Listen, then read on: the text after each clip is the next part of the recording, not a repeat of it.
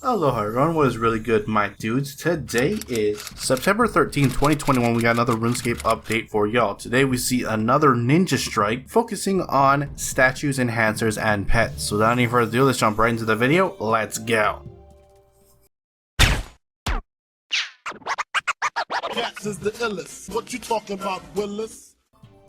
Alright guys, this is Ninja Strike 26, like I said, focusing on statues, enhancers, and pets. Starting off with statues, the weekly limit of the Shattered Heart D&D has been removed, making completing the Stone Throw Away achievement much easier. Strange and golden rocks can now be added to their respective statue directly from the collection bag or the backpack. They've added feedback messaging upon trying to add rocks without currently possessing any. Strange and golden rocks will now be sent to the bank if you don't have enough bank space. If the bank is full, the rock will either replace the last item received or be lost entirely depending on the skilling method, and info boxes will now display when receiving strange or golden rocks. The statue collection bag can now be filled via the bank while it's in the backpack as well. Moving on to enhancers, they have added 5 new enhancers, all gained from the Motherlode Mob. The Agile Outfit enhancer gets you an additional lap progress towards the Agile outfit per completed lap. Construction Contract enhancer gives you 100% credits when completing a contract. Anachronia Base Camp enhancer grants you plus 20% drop chance for rare building resources across Anachronia, stacking with the Roar of Osseous effect, giving a maximum of plus 30. Invention Task enhancer, which grants you a new task for the tech tree that you last completed a task for. And the Menaphos City Quest enhancer, which gives you an additional 100% reputation when completing a Menaphos City quest. Finally, we have pets.